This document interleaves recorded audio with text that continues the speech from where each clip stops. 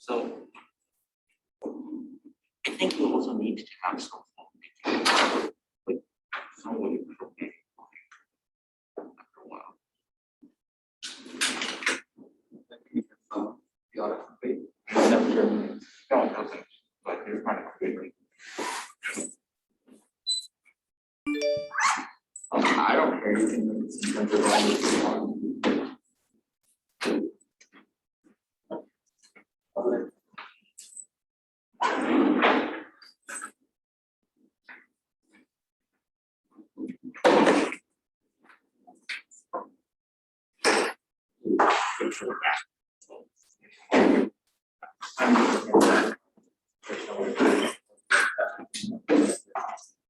Yeah.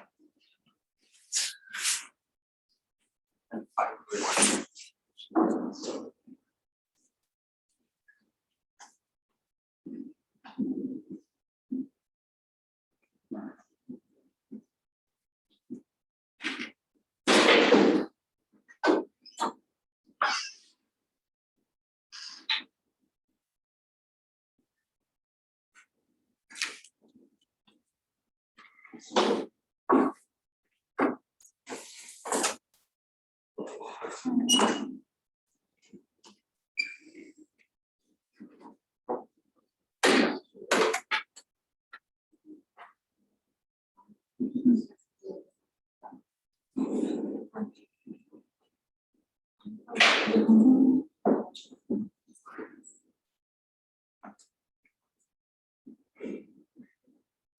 I get something.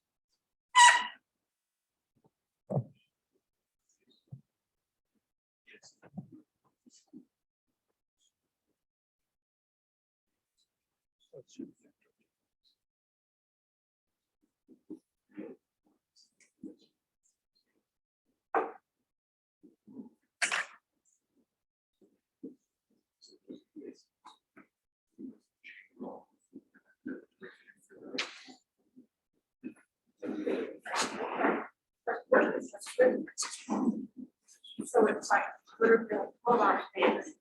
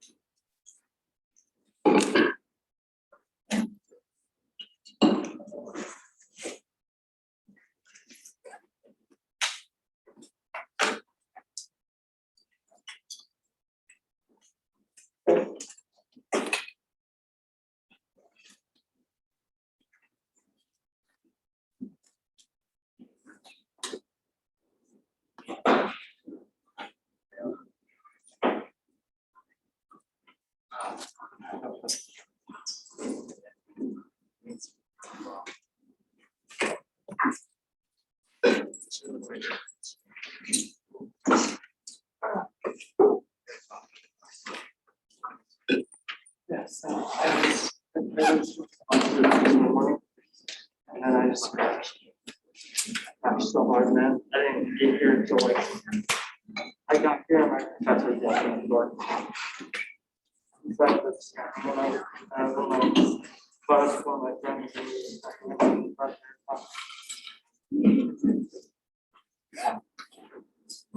Yeah. Somebody for this one. Hey, I don't need to. Yeah.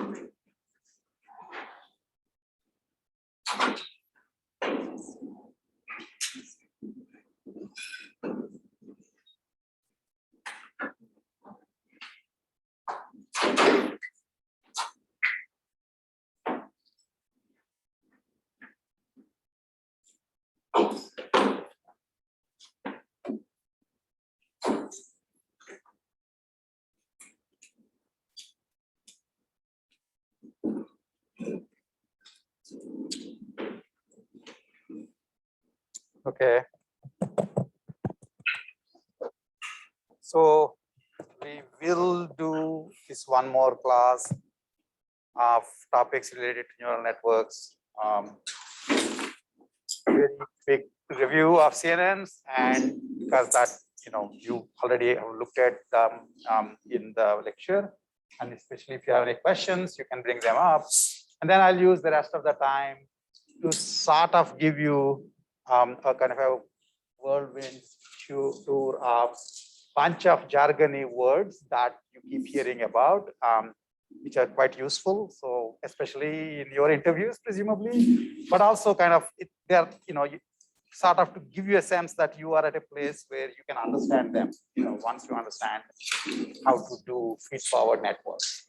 Okay, so that's what I'm not going to be. So in this stuff really is just quick name dropping almost, except I'll do it in a very different way than you would see normally in your YouTube videos, because I'll try to connect them to things you understand, even if in fact the connections are approximate. Okay, but they will give you more insights, I think. Anyway, so this has been the statistics computer science meme that I've been mentioning multiple times in the last several classes. That's what happened to the poor statistics people. Essentially, what has become known as data science, which has all the jobs, is statistics plus computer science. Except, the theory comes from statistics. It doesn't come from computer science, not much really. Okay, so that's the thing. That's why, and to some extent, machine learning, at least the supervised version of machine learning, the generalization stuff that we've been looking at, not the reinforcement learning. It essentially, the only foundations for machine learning come from statistics. That's what I've been telling you before, and so that's sort of the thing is. So anyway, so that's that thing. So quick question. So can you do learning on images with normal, that is fully connected networks, instead of CNNs, which is convolutional networks?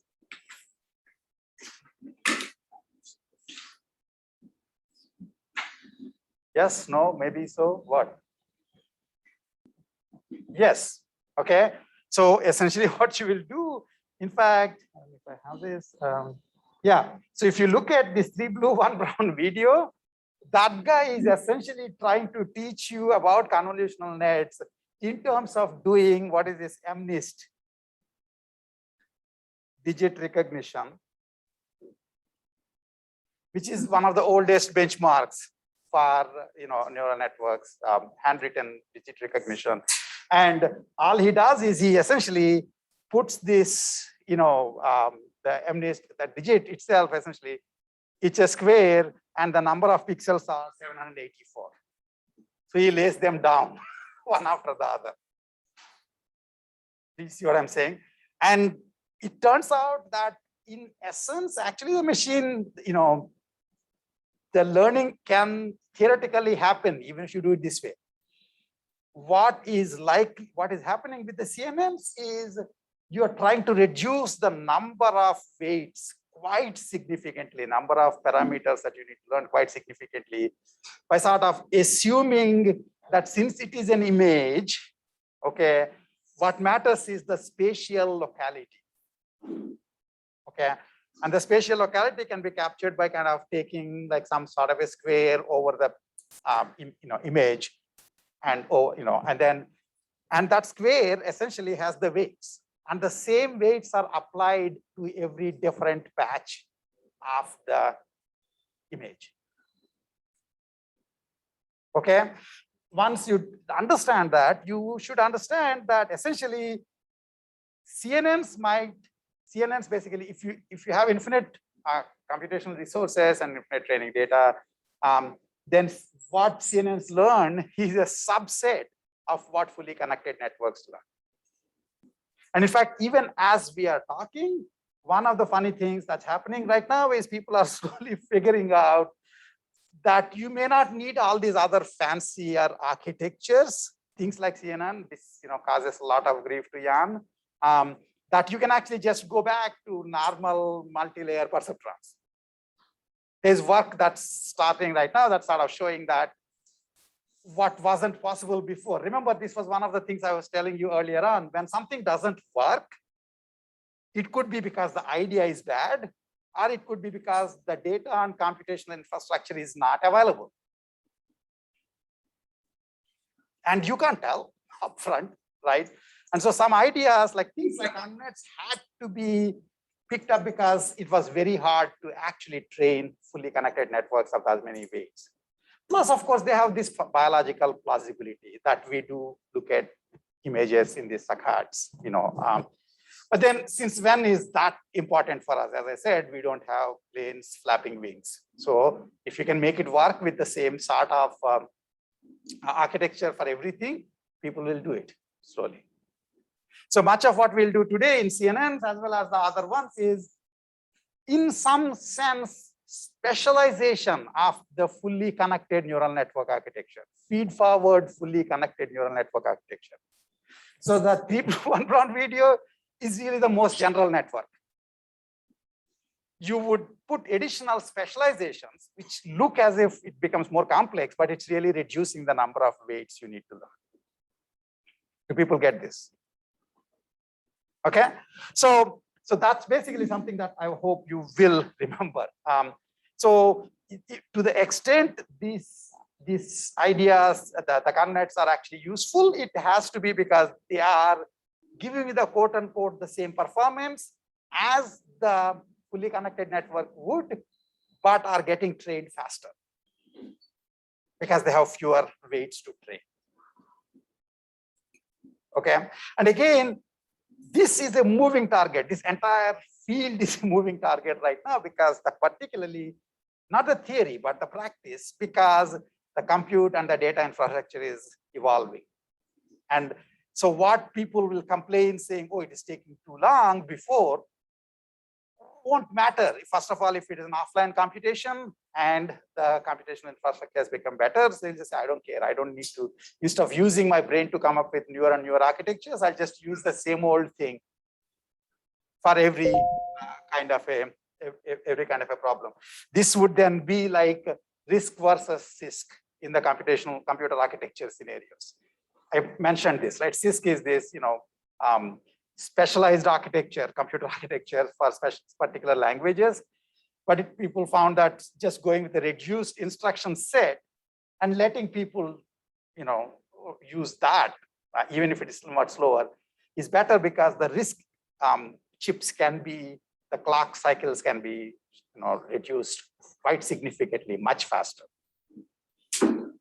Okay, so it's all of what's going on in this area is, of course, engineering, and how much of this will survive for 2 years from now, I have no idea. But since your interview is likely to be this year, this stuff is useful. Okay, so ConvNets as basically exploiting structure to reduce the number of parameters, and I mentioned that this kind of has a connection with human visual system. I also mentioned that Fukushima actually tried to do this for fully connected networks. Remember, fully connected multi-layer neural networks have been around for quite a long time. It's just that nobody could train them effectively. And when they couldn't train them effectively, it's not clear whether it's because the idea sucks or because they shouldn't even be trying, because they have no computers worth talking about and there's no data worth training on. Okay. So anyway, I showed you all this stuff. It's still like it's not a history. This is basically the issue of who gets what credit for ConvNets is still kind of a little bit ongoing. Although I think basically ConvNets got used and then in commercially available systems when Jan LeCun was there at Bell Labs, and then he then went to, when Bell Labs got split up, then he went to, I think, one of the Baby Bells, and they did this actual digit recognition stuff that was used for a while for reading zip codes on the envelopes, for example. So that's considered like one of the first ones. Okay, so again, the other thing that I want you to, when I'm showing this, since you had already seen this, if you have questions, you should bring it up. I'm just basically saying that offline things that are worth remembering again, but I'm not going into it again because I want to cover these other topics. But if you have questions, please bring them up. Again, notice that really it's better to think everything is like this in the end. It's like a fully connected network of some kind. But basically you draw this architecture in this way, and in essence, what is happening is, as I said, the one metaphor that I hope you'll get is if you have a fully connected network, except the weights are not all different, you only use, let's say, 100 weights per layer, and the same 100 weights just move on the inputs. Do you understand what I'm saying? So for example, so instead of these 784 being connected to whatever some number of layers here, imagine I only basically have some band of weights. And this band of weights will be pushed up. So they're being reused again and again. You see what I'm saying? ConvNets don't look like this because you think of ConvNets in terms of the squares going over the image. But in fact, today we will talk about what would you do to do processing over language. Language is a sequence of words. You see what I'm saying? Language is a sequence of words. So there is no spatiality there, but there is sequence information there. Order matters, at least in English. In many languages, but English is particularly bad because the order really matters in English. Okay. And so the question then is, it's basically one-dimensional data, not a spatial data. It's one-dimensional data. And if you're doing ConvNets over one-dimensional data, the kernels would be one-dimensional. They won't be squares. They would just be bands going up. If you do that, you essentially have something extremely close to the idea called transformers. I'll mention it in a minute, but 1D ConvNets are essentially like transformers. 1D ConvNets applied to sequential word data, that is language. In English, that's it's a sequential sequence of words. Essentially, is transformers. Very close to transformers. And again, the specific architecture differences kind of are important, but they keep changing. So if you want to understand what's happening there, you're essentially looking, if you have a long sentence, you don't really look at the entire sentence anyway. You look at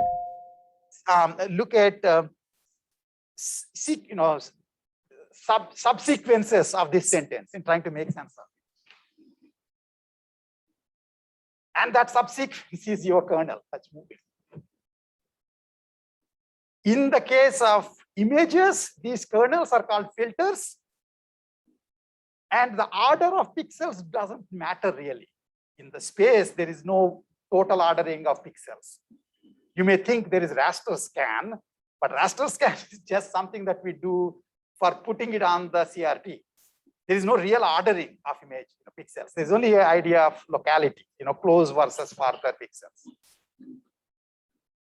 Right? So when you put like a square kernel on a patch of image, what do? You essentially take the dot product of the weights in this square with the intensities of the pixels below. If it is a single dimensional image, which is basically language, you would then take a single dimensional kernel dot producted with the single dimensional data. That's still basically, you can call it kernels, but the name people tend to use in language literature for no good reason is attention. You see what I'm saying? They use this word called attention. And there's a whole entire way of understanding this as if it is attention, but really my sense is that there is nothing to be gained by using this different wording. You can, if you use attention there, you can also say that what is happening in this picture here is attention. This square is attending to various pieces of the image. If this was a language, a big sentence, this ribbon would be attending to different pieces of the sentence. So you can either call it attention, you can just call it, essentially a kernel. And really, kernel itself is just nothing but a simplification of a fully connected network where you are sharing weights so that the same weights are being used, again and again. So in essence, you will wind up having more data to learn the weights. Because the same amount of data, fewer weights, that means more data per weight, which means that learning is faster and learning is also likely to converge better. Okay, so that's about the ConvNets part here. Sorry, I'm going back. Yeah, so any questions on this stuff for anybody? Yes. So when you have, supposing like an image versus you're detecting for language, for images, you could have a set of weights saying that, okay, you can mathematically compute what the next thing is and come up with an idea. But for language, you have a definitive structure that after this word, something must come up. No, if you have questions about the language, wait on that until I get to the language. I'm basically trying to do the entire neural networks course today. And I thought we were going too slow, so I decided to just do the whole thing today. But we'll get there, okay? The questions on connections language, wait. Any questions on that particular one itself? Again, I realize that even by my standards, I expect you to understand ConvNets for sure. But the other stuff, I'm just sort of telling you this so that it will hopefully stay in the back of your head, so that next time you actually spend time getting all the details, you'll at least know what were the connections. Because I'm spending this class anyway. Any other questions on that one? Okay. So again, the terminology for these squares is kernels, but essentially they are like a square of weights. If you had a ribbon of weights, that would be like a one-dimensional filter. For images, it's a two-dimensional filter. In fact, the generalization can be done for if you actually have volumetric data and you want to have essentially volume kernels, that can also be done. Because one way of thinking about it is everything could have been just put in one single long line of inputs, and that would have worked with fully connected networks. It's just that it'll take way too long. And you're trying to reduce the number of weights by making reasonable assumptions. And to the extent, so this is where people use these fancy terms called inductive bias of the network.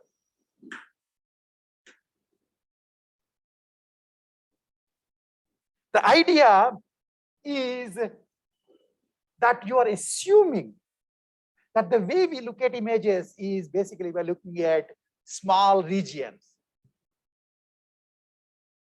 Okay, to the extent that is actually reasonable, this is likely to work well.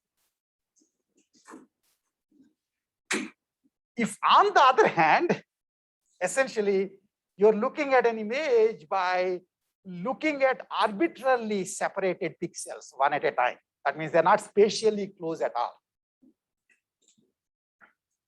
Do you understand what I'm saying? So I can make, suppose I have an image like this, I can make a kernel which is like this. That's it. Or maybe, basically make some random shape. That's my kernel. That means it's basically going to be, tessellated over the pixels using this funny shape. The only reason you're not doing this is because you think that spatial locality matters. Even worse than this, actually, imagine I have a kernel which is one pixel here, one weight here and one weight here. Basically, they're very far away from each other. To the extent that's what matters, that's like an interesting bias on what learned weights you're going to learn. Okay, what you're doing here is you're assuming that spatial locality matters. And so ConvNets kind of compile in the spatial locality assumption. And transformers compile in, to some extent, the sequence, subsequence information, who is close to who, which word is close to which word in the order. Okay. So this stuff is important, but it's like important if you are actually doing, getting an idea about how many weights, etc., will be there. It's useful to understand that there are all these tricks of trade. You decide the kernel, and in the old days they would use very large kernels. These days, again, engineering-wise, people felt that the smaller kernels seem to work. Again, one thing to understand is seems to work. Okay, I was telling my students just before coming here that you take a plumbing class. Nobody teaches you about fluid dynamics. You just say this is the best practice to repair a leaky pipe. This works. There may be other way of doing it, but this works. And you just basically take notes. I should do this, I should do this, I should do this. When you took college classes, typically they never gave you this kind of recipes. They gave you this is the reason why things work. Whether you liked it or not, that's what you got. This stuff in AI right now, I can only give you, these are, most of the time people basically by doing, the latest technologies in neural networks, they essentially are following recipes that seem to have worked for a master plumber. You see what I'm saying? This is not to put down plumbers. If plumbers listen to this video, I hope they will still come and fix my leak because I have no idea how to fix any of my leaks in my home. It's just a different kind of education. One is recipes. And one is, why does the recipe work? Where do the new recipes come from? Much of your computer science education is of the second variety. And the huge advantage this here is that basically you just kind of figure out, how the recipe works and try to use it again and again. And so most of these cases, they'll say, I'm doing it this way because it works. I will tell you some really crazy ideas that work. There is no reason why they should work, but they seem to kind of work. People will just act as if. And one hope I have in actually doing this here is to kind of differentiate between which pieces, get you some intuition about which pieces might be just the current state of the art in terms of recipes, and which pieces are not going to go anywhere because they will always be part of machine learning or AI. It's hard, but that's what I'm trying to get you. I could have just gone through like how-to pieces, which is what you'll get on a YouTube. I mean, there is a transformer YouTube lecture, there is a everything YouTube lecture. Just as there's a plumbing YouTube lecture, every plumbing fix they gave a lecture, I still can't use them. So in fact, being able to see a YouTube lecture and follow it requires certain level of capabilities. Obviously, I'm a dumb plumber, I can't do anything. A reasonable computer science recipe follower can watch one of those videos and at least implement this stuff again. That's reasonable.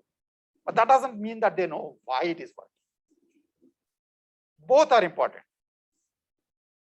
Okay, that's worth understanding. So anyway, so there's this whole discussion about kernel size and how the kernels are being, and the reason I got into this is originally when AlexNet was used, AlexNet came along, which was the 2013 time, even though Jan basically did the kernels back in 89 time frame and did some things, then again, it just went away and nobody was really using it. And AlexNet essentially was the first time when this ImageNet competition was going on and vision people were taking that part very seriously. And Jeff Hinton and his students essentially tried to just apply existing technology of kernels, more or less, with some engineering tricks that they had to develop in developing this program. Okay, and that kernel architecture is somewhere here. This is AlexNet example. And notice that the kernel size is 11. So they used an 11 by 11 kernel. These days, the engineering understanding is you go with smaller kernels, like 3 by 3 or 2 by 2 kernels. The smaller the kernel, you're assuming the more, I mean, the fewer the weights, obviously, first of all. Which means you are actually losing some expressiveness. Right? But it seems to work. What does seems to work mean? That becomes a huge issue. Seems to work basically means that on the ImageNet competition, the program using smaller kernels wound up doing better than a program using larger kernels. That's it. Okay, but ImageNet competition is not the be all and end all of computer vision, but that's a place where you can look at. Okay. So the other thing worth understanding for sure is that you can think of these operations. Again, the easiest, at the lowest level, it's just basically like a fully connected network. But since you are now trying to think about this in terms of these kernels, you can say each kernel is a filter. You can have multiple kernels per layer. And if you have multiple kernels per layer, then in essence, you can say there is a volume of filters, a filter bank. And a filter bank is applied to output will again be an image volume instead of just an image sheet. And the normal images themselves are not image sheets, right? Because if you essentially represent them in RGB pixels. So there is an R sheet, there's a G sheet, there's a B sheet. And during, kernel processing, you can have things of arbitrary depth. Sorry, things of arbitrary depth that you can use. And these are all engineering decisions. There's no real, this is what works and this is the reason it works. There are some engineering tricks of the trade. Okay. Yes, go ahead. Can you explain again what the number of filters? What? Can you explain again what the number of filters represents? So number of filters basically means the number of independent squares that you are running over the current image. Right now, in this place, you basically learn. Yeah, here you're in this picture, right? Go back and forward. In this picture, I'm basically running this one yellow square over it. I can have a yellow square, a blue square, and a green and a violet square running over it. So they all can have different weights. You will wind up getting different weights. The big question is, who is learning these weights? That is the thing that you need to have this intuitive certainty that my slow uncle, back propagation, will figure out what to do.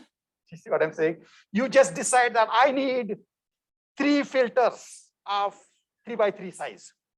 I'll just put that. Which means between those filters, there are like 27 weights. Right? 3x3 filter requires 9 weights. The 3 of them, so 27 weights. Somebody has to figure out these 27 weights. And basically, the back propagation procedure figures. Okay. So the other thing worth understanding essentially is convolutions themselves are linear operations. So if you just do a whole bunch of convolutions, then there's no nonlinearity. So you still need to do some thresholding. So in many of the convolution networks, they use ReLU as the thresholding, which is basically ReLU looks like this. That means if x is less than 0, it's 0. If x is greater than 0, then x will be the dot. This kind of ReLU is rectified unit. And there was a whole entire theory that was developed for a while about why ReLUs are important. ReLUs are important because, as I said, the sigmoids that people were using basically have a small range where gradient is non-zero. So if you fall in either of the other directions, the gradients will become 0. But it turns out that's bogus, actually. You see what I'm saying? I said they use ReLUs, but I'm not saying they must use ReLUs. Really, right now with the current technology, you can use pretty much any thresholding function and it'll work. Because why will it work? Why won't it fall into the oversaturated regions? Who is the other uncle who is helping with that? Maybe nephew. What? No. No. What? Yes, BatchNorm. BatchNorm is going to make sure that everything will be nice and cleanly falling in the non-saturated region if that is important. BatchNorm is sort of maybe the daughter of the slow uncle, the backprop guy, because BatchNorm itself requires these parameters, the effective mean and variance to which you are normalizing the data. Those would be learned by backprop. You understand what I'm saying? This is why it's really important to believe, make sure that you believe that backprop will work. Once you can do that, then you just say that uncle will take care of this stuff. And then you should also understand why BatchNorm is being done. Once you understand BatchNorm, then yeah, any threshold function can be done. It's just so that this time when this was made, ReLUs were still considered. This was actually Karpathy's slides. And this ReLUs were still considered like a big thing. Mostly people use ReLUs. Again, remember, why do we use a particular kind of pipes in our piping? Is there like some kind of a physics reason as to why the pipe should be only of that kind? No, that was the engineering. And then later you will find slightly better one. For example, maybe they used to use lead pipes. Now we start using PVC pipes. That's another engineering decision. Okay. So it's kind of useful to understand these things in terms of just engineering decisions, which may change. The bigger issue is ConvNets use weight sharing, which reduces the number of weights you need to learn. And when you reduce the number of weights, oh my God, number of weights, in a sense, you're changing the capacity of the network or expressiveness of the network. So I use the word expressiveness. And neural networks people typically use the word capacity. It's like, can you only do up to 15th order polynomials, or can you do all the way up to 300th order polynomials? That is the expressiveness aspect. If you reduce the number of weights, you can obviously, in essence, reduce at least the degree of the polynomial you can learn that you can fit the data to. So in reducing the weights, you are making a meta assumption that I don't need a much bigger polynomial. I can have the smaller polynomial that works. That's like looking for lines in any data. Why are you looking for lines in the data? Because that seems to work. Yes. This may be a small point, but I just noticed the regular function wouldn't be differentiable like x equals 0. Does that Yeah, that's a good point. It doesn't matter because it only is not differentiable at that point. In all other places, it is differentiable. Again, we make this huge deal about how important it is for differentiability, etc. But what we are doing in the backwards thing is finding local derivatives. So batch norm is supposed to make sure that you don't fall into this undifferentiable region. Just as previously, it would not make sure, first of all, it's only a point. It also will make sure that you won't fall into the 0 area. It's just like an automatic gain adjustment, right? And you're learning how to adjust that gain. By the way, these things are all for people in informatics engineering. These are all basically there's this idea in control theory called negative feedback systems. Gain adjustment is done by negative feedback loops. In essence, through backpropagation, we have implemented a negative feedback loop. That's how it works in essence. Although there are control theorists also looking at neural networks nowadays, but even though that wasn't where it was being done originally. But in essence, it's this negative feedback loop that makes sure that things will behave correctly. Yes. you mentioned the number of weights affects the expressiveness. What? You mentioned the number of weights affects the expressiveness. Yeah. Is that the only factor that affects it? That's pretty much it, honestly. The biggest one is the number of weights. So one of the other things that ConvNets do, in addition to ReLU and Con, is this pooling layer.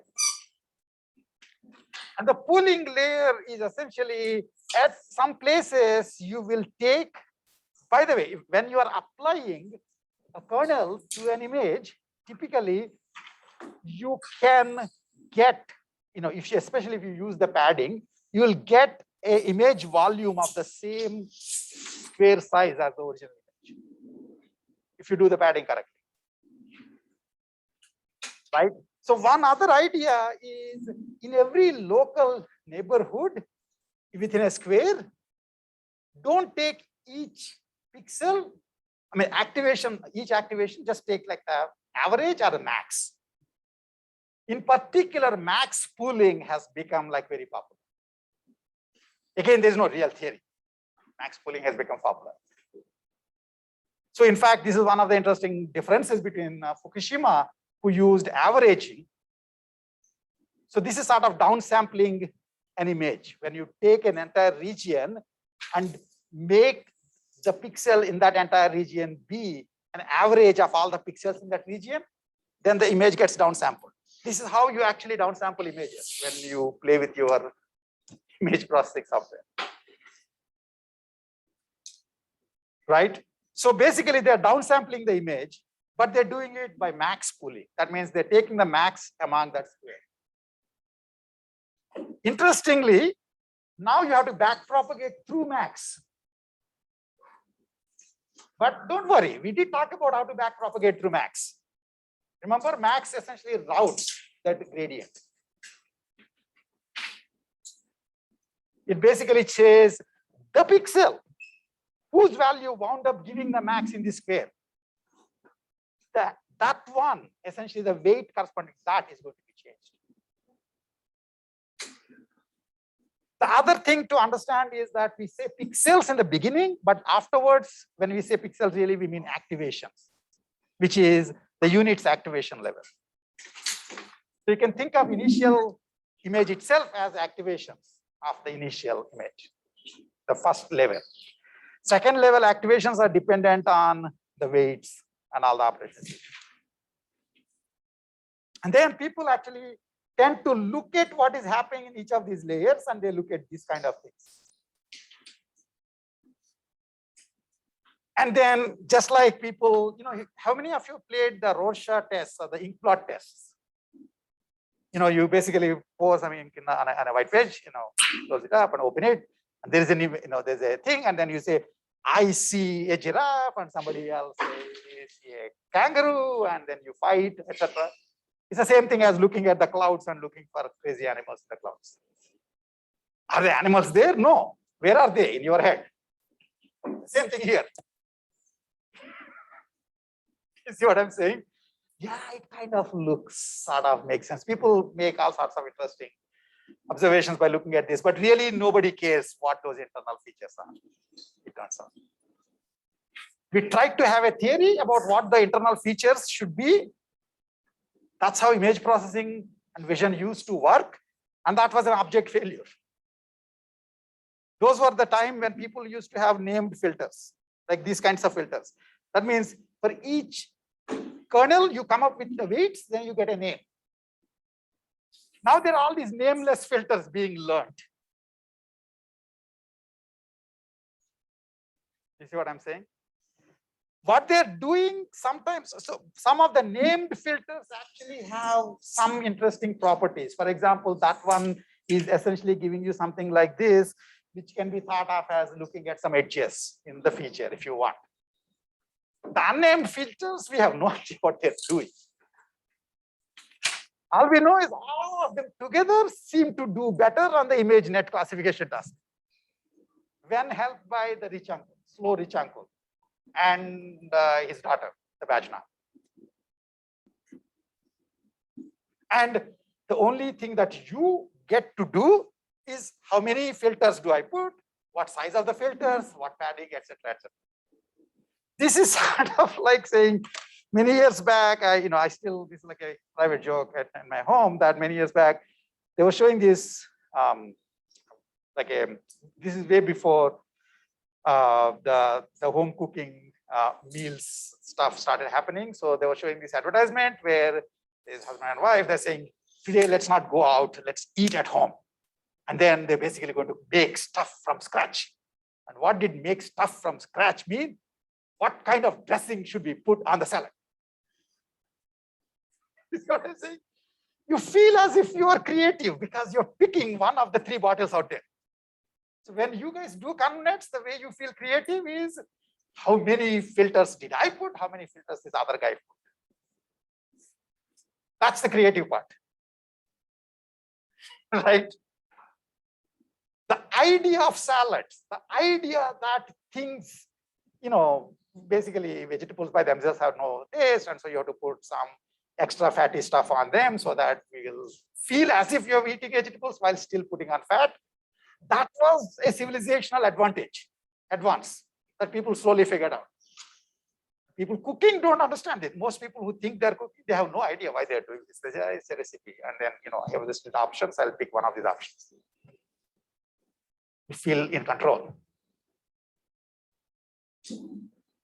Okay. So I mean, even I wish I can do the music. I still remember the music of this jingle behind this advertisement, even as I'm telling you this. It's like, it's sort of making these people feel as if they're extremely creative because they're picking one of 3 different salad dressing jars. That's it. That's why they use the word fixing dinner, which sort of kills all the romance of cooking. What the heck is fixing dinner? As if there is some problem with it. Anyway, so by the way, as you see this, the feature map, there was one feature map, and once more something happened. The other thing came. Guy here, what's your name? Look at this. This one filter going over it gave you this. Another filter going over the same thing will give you 2 images. You'll see one other one on top next, for example. Those 2 will be put together. That's what happens when you have bank of filters. That's why you're telling us again. Exactly. That's why it becomes a volume. Okay. Okay. So the ConvNet architecture, and the other very interesting thing you should notice is there is a computation of the actual number of weights in the AlexNet per layer. By the way, here's something that I already asked in that lecture. Max pooling layer doesn't require any weights, right? Because it's a deterministic operation. There is no weights in deciding what is max, right? So you have weights for the kernels. Essentially, how many kernels, how many filters you have per layer, all of them will have weights. And the last layer is always a perceptron layer. It's basically a logistic perceptron or a square error perceptron, some perceptron layer. You see what I'm saying? Everything is essentially, you're just putting a bunch of stuff behind the perceptron, which is exactly what we understood when we played with the TensorFlow. If you don't like the x1 to xn, take functions of x1 to xn and then feed them to the perceptron, it might be able to find the linear separator. Before you were making those functions, now they're being learned. The internal things are essentially functions of inputs. And then the final but penultimate layer is the input that's being fed into the perceptron, which then will give you essentially like a distribution over the classes if it is an image recognition task. The interesting thing, if you look at it, is the number of parameters in the fully connected, that last fully connected layer essentially completely dominates all the other layers. You see what I'm saying? So there is a dirty little secret. The last part is fully connected. It's only the way you are computing the functions on the pixels, that part. So you took a huge fully connected network, and then you sort of made everything but the last layer. You reuse weights. You can't do that for the final one, because if you do that for the final one, then you can't actually correctly predict what class. Okay. Can you explain why the memory is going down? Which memory? Where? The memory param next to the params in the output. I don't remember this. Basically, the thing that I specifically wanted you to look at is that the number of parameters or the number of weights are essentially completely dominated by the fully connected layer. And it's important to remember that every connet in the end, every classifier in the end will have a perceptron at the end. Yeah. I was looking at like the previous slide on like the AlexNet like parameters, like the values, and like they said the stride is 3, so it's like moving 3 pixels each time. So would like decreasing the stride increase expressiveness, or could you go for more things? I mean, those are possible. I mean, I think stride. I mean, I don't know any obvious answer. I don't even know the answer, clean answer with respect to.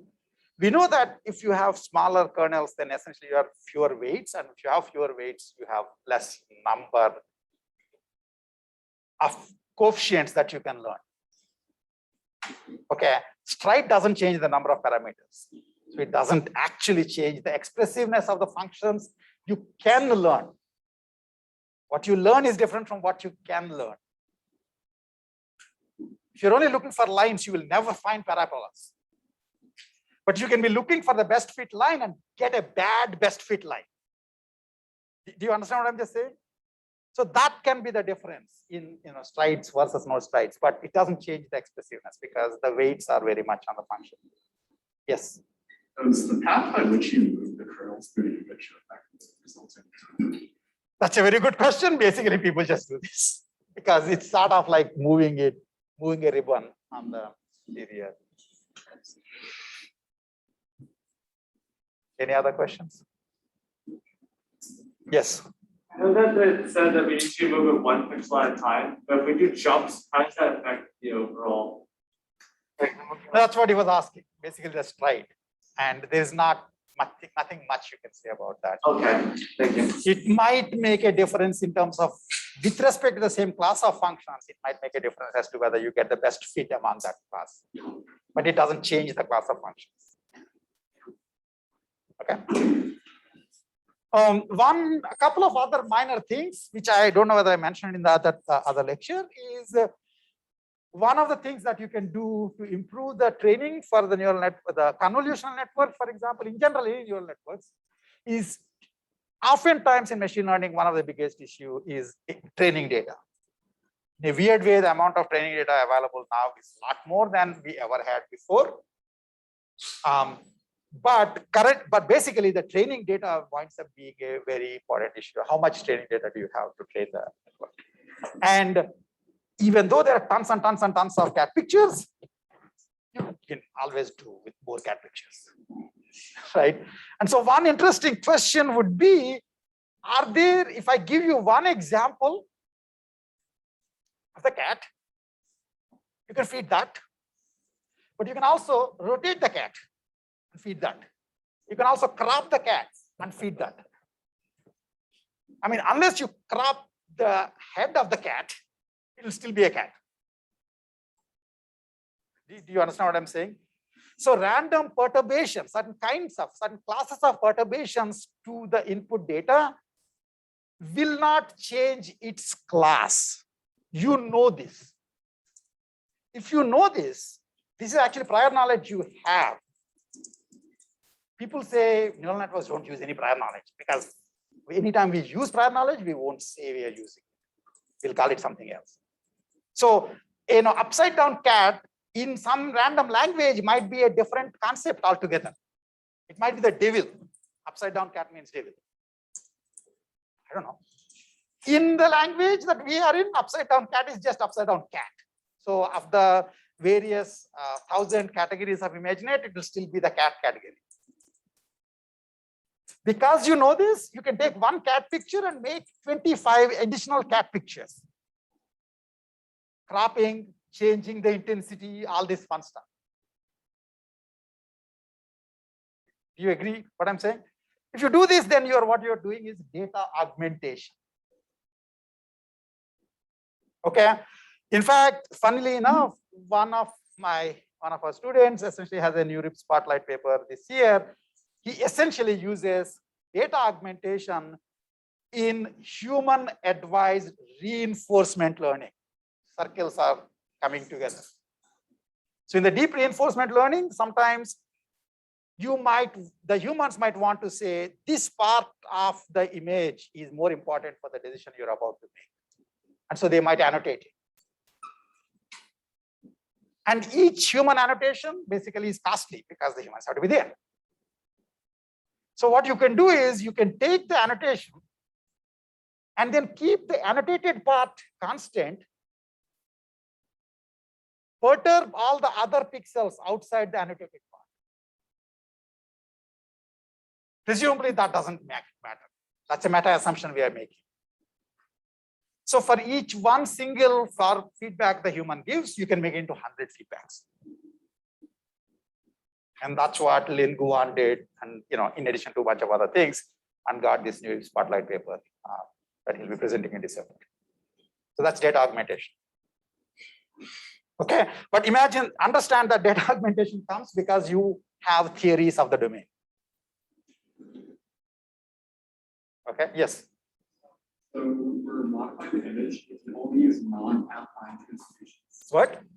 We're modifying the image, only use non-affine transformations. Again, what I'm saying is whether or not it is reasonable depends on the semantics of the domain. Do you understand what I'm saying? So again, as I said, like a sideways cat is a cat in your language. But in some other person's task, a sideways cat is a completely different concept. And they want to be able to differentiate them. Do you see what I'm saying? So for example, I'm just for some crazy reason, I suddenly remembered the following thing, that when babies are born, sometimes they're in this breached position. And if the baby is in the breached position, that's extremely dangerous for the mother. And so they actually have to do cesarean at that time. So the orientation matters of the baby in the uterus.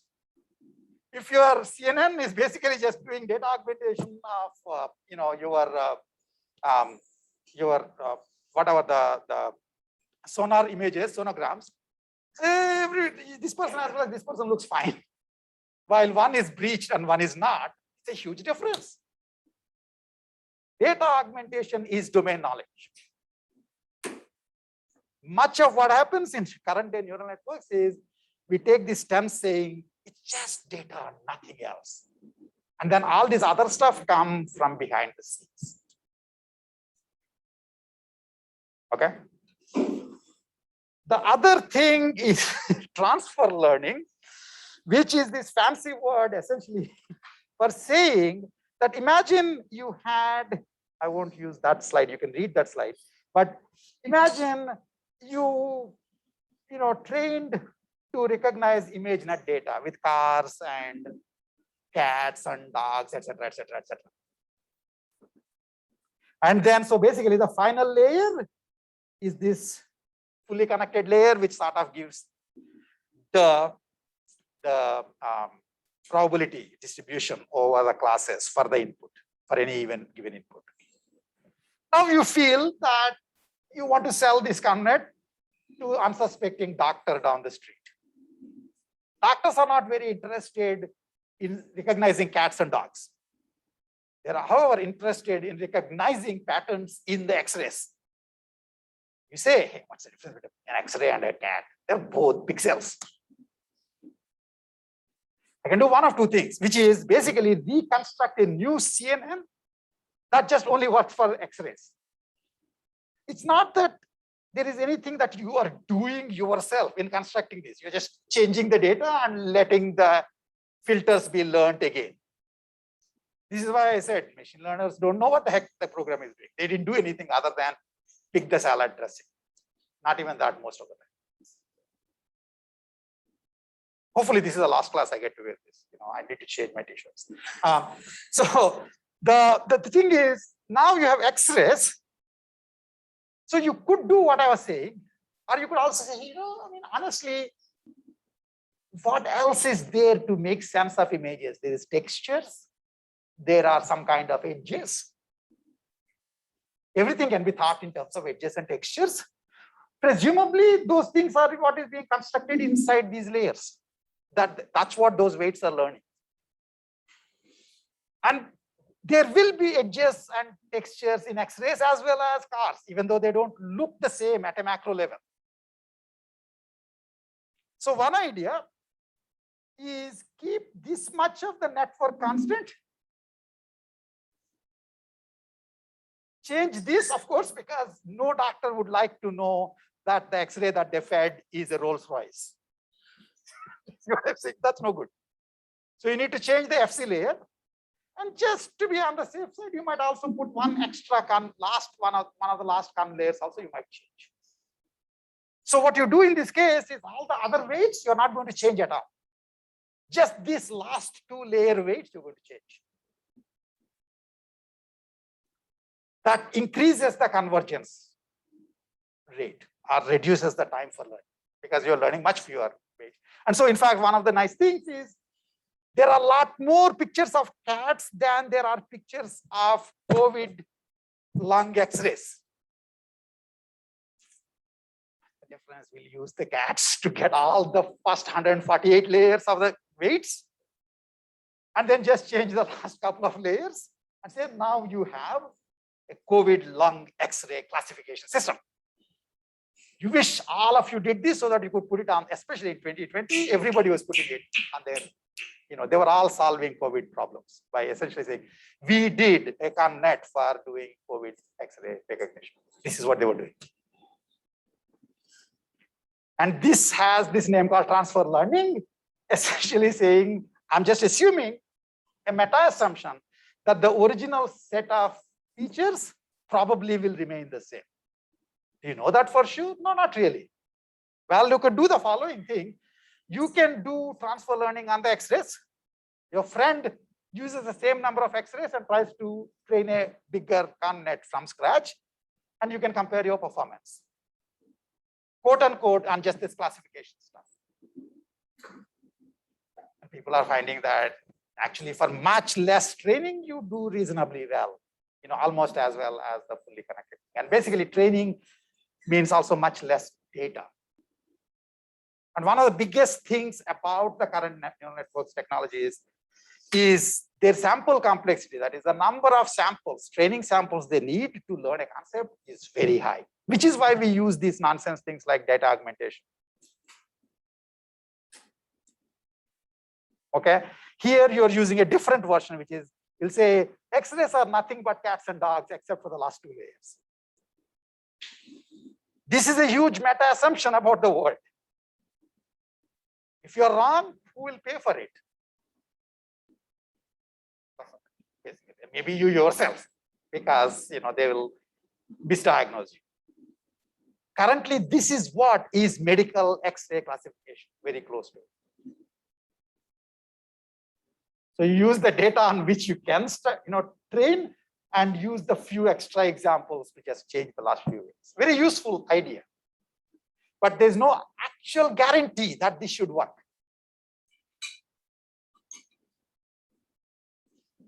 Yes. Could you do like a hybrid between these two, where you train the last 2 layers, you change away from those, and then once it reaches a certain level, then you start training the whole You model? could do all those variations. You could do that.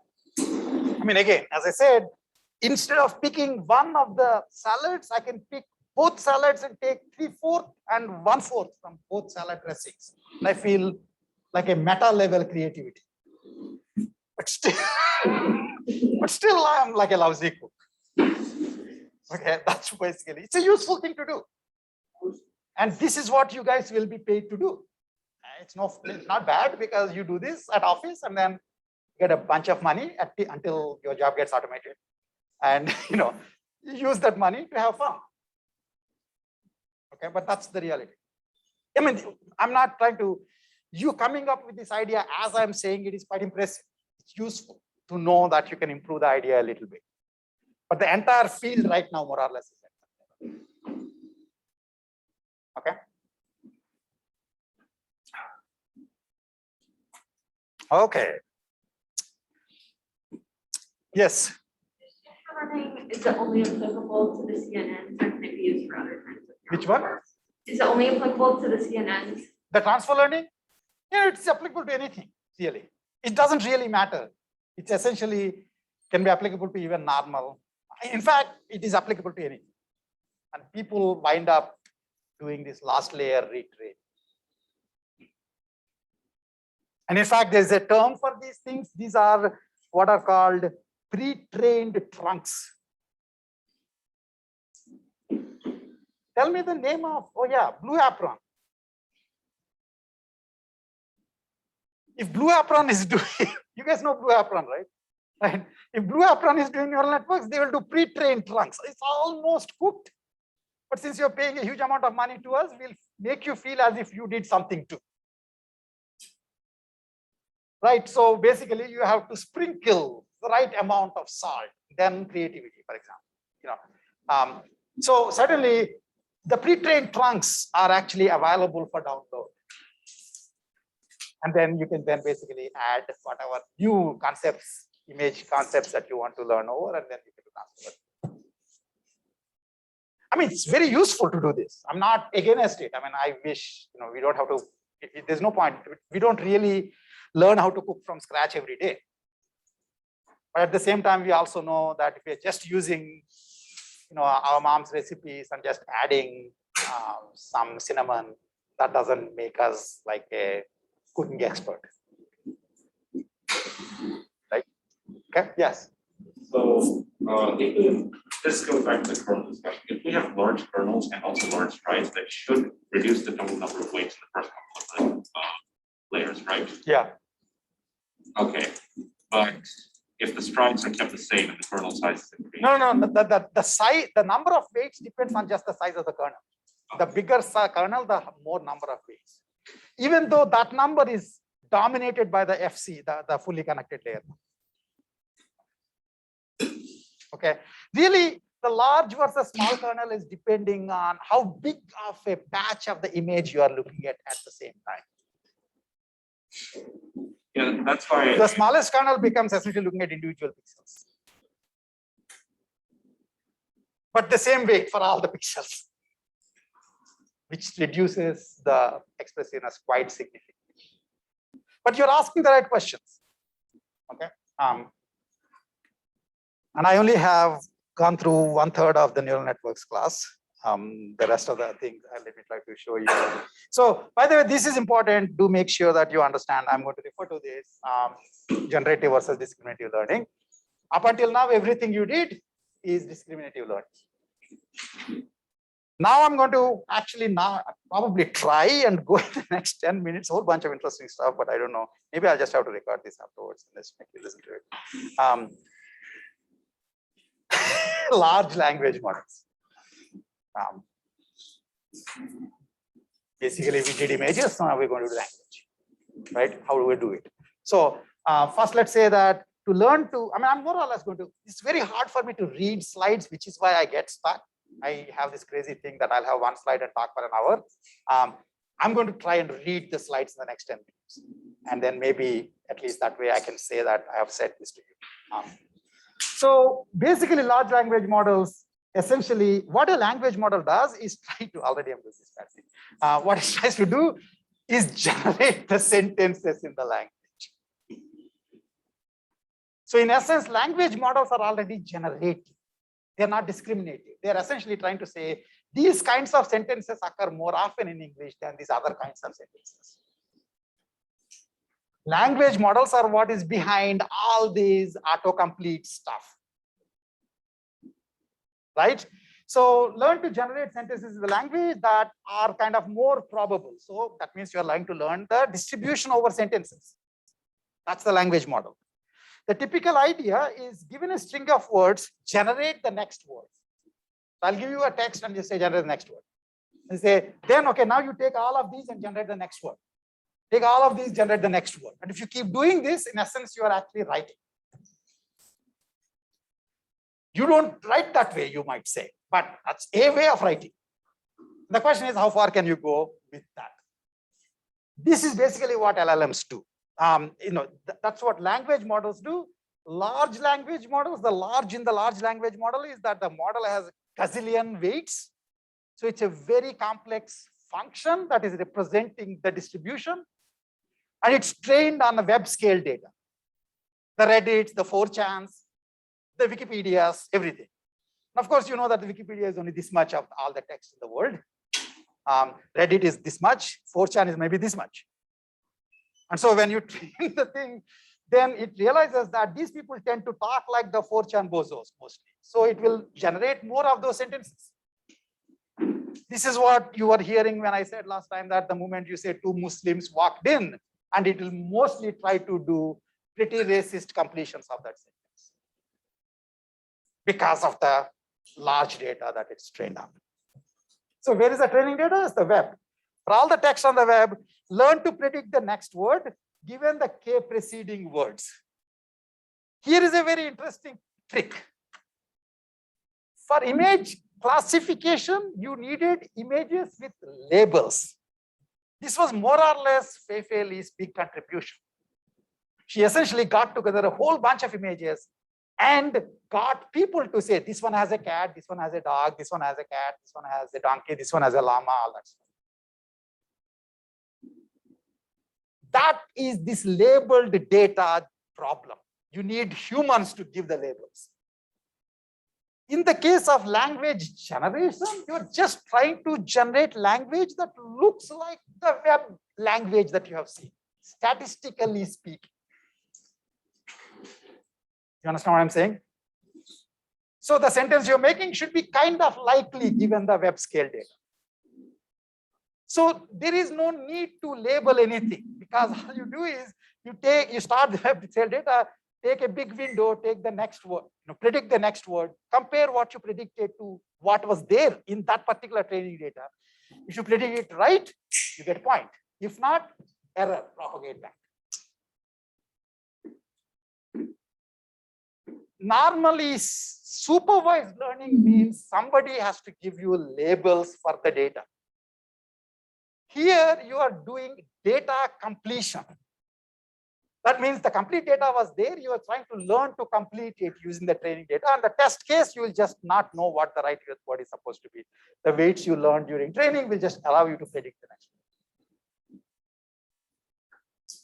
You see what I'm saying? So you call basically people in statistics, the elephants used to call it autoregressive learning. But elephants were eaten by that green thing. So we now call this self-supervised learning. And if you ask Jan LeCun, he says he invented it. Self-supervised learning is the greatest thing. And there are articles being written about how great self-supervised learning is because you don't need to do labeling anymore. But really what we are saying is, if all you're trying to do is complete the data, so you mask a piece of the data, try to predict what is there, remove your hand, compare to what you predicted to what was there, see that as the error, change the weights so that you'll improve your prediction. This is self-supervised. Okay, the bleeding edge jargon. Now, the other question is, so this is what we would like to do. This is what LLMs try to do. There is a little bit of a difference between images and language. Images have spatial locality. Language, especially the English kind of language, not the arrival kind of language. Do people understand what I just said? See, who understood this? Okay, good. These people are going to pass the class. Arrival is a great science fiction movie that you should all watch. Okay, but basically, language has an order. English language has an order, right? It has the sequence order. In an image, there is no order. It is just spatial locality. So if you want to do the kind of things you're doing, something like a CNN for language, you need to somehow deal with the sequence information. So what do? I will say, I can ignore the sequence information. That means I'll take the words, put it in a bag, and it's called bag of words. I think it's such a dumb idea. Right? Remember, those people, have you seen this refrigerator magnet words, and you put them on the refrigerator and you can order them in different ways. You get very interesting sentences. According to the bag of words, it's the same bag of words, irrespective of what sentence you make. I think it's the dumbest idea. Much of Google essentially depended on bag of words. What is called information retrieval depends on bag of words. It's not such a dumb idea if you're basically only using it to predict, to kind of give you search results, it turns out.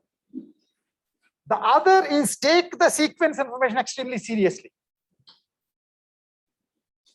Okay, that turns out that you need ideas like recurrent neural networks.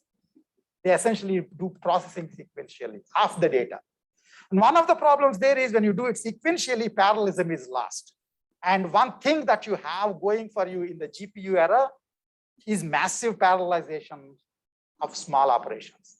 Really, bag of words is way more parallel than RNNs.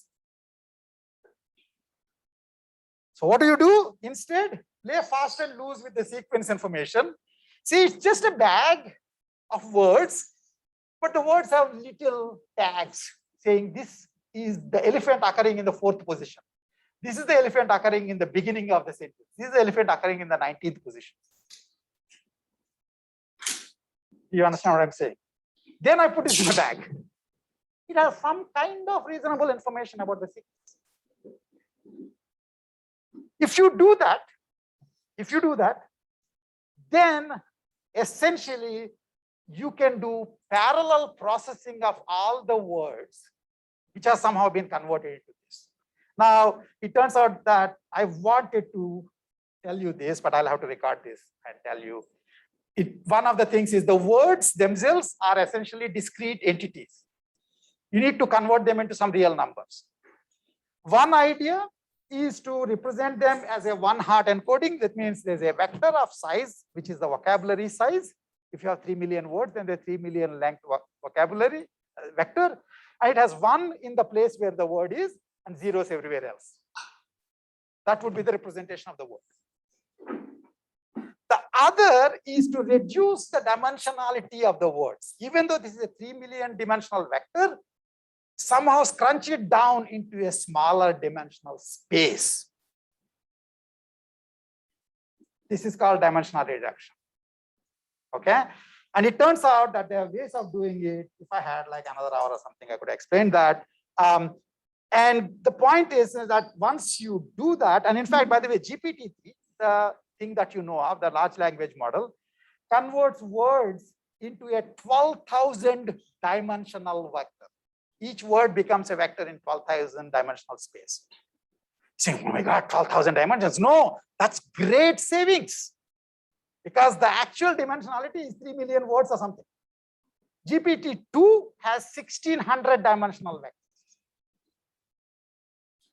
Now you did this. I'll skip over this, they're not important. And I'm going to end with this. And I'll record these last few things again on my time, and then you can watch it. I know, but I'm not going to do it in a real class again because I just need to get to other topics.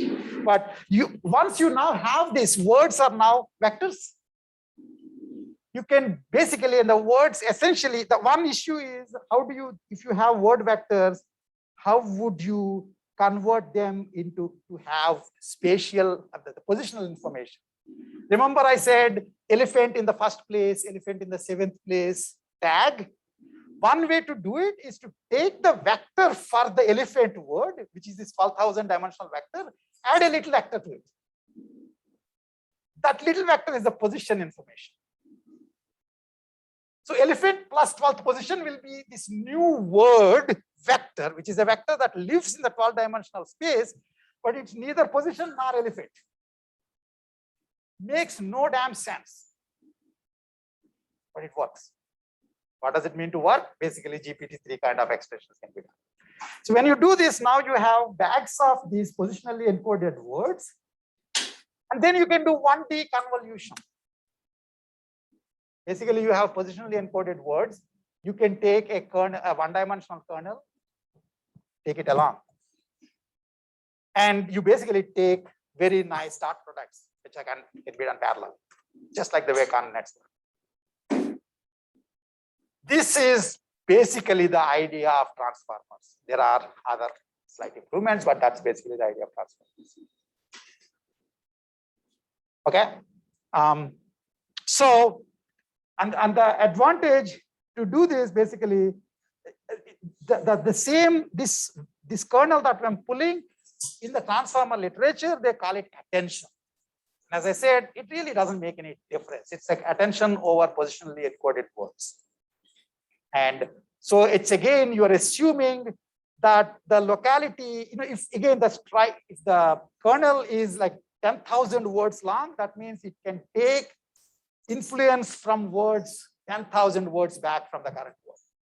If it's 256 words long, it takes influence from words 256 back.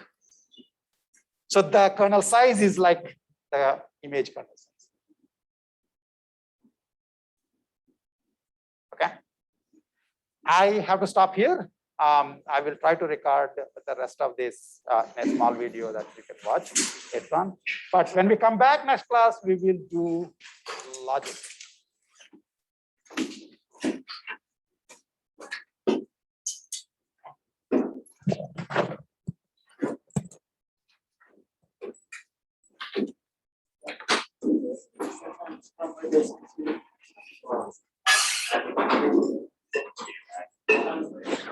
Yeah, I mean,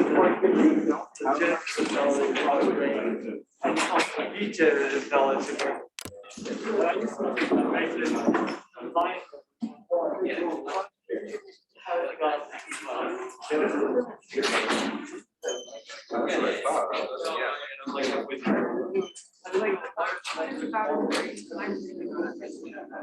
Boy, thanks for the warning.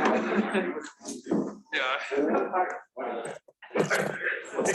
You wear a bag, you sweat. Yeah, I always like Yeah, that's not great.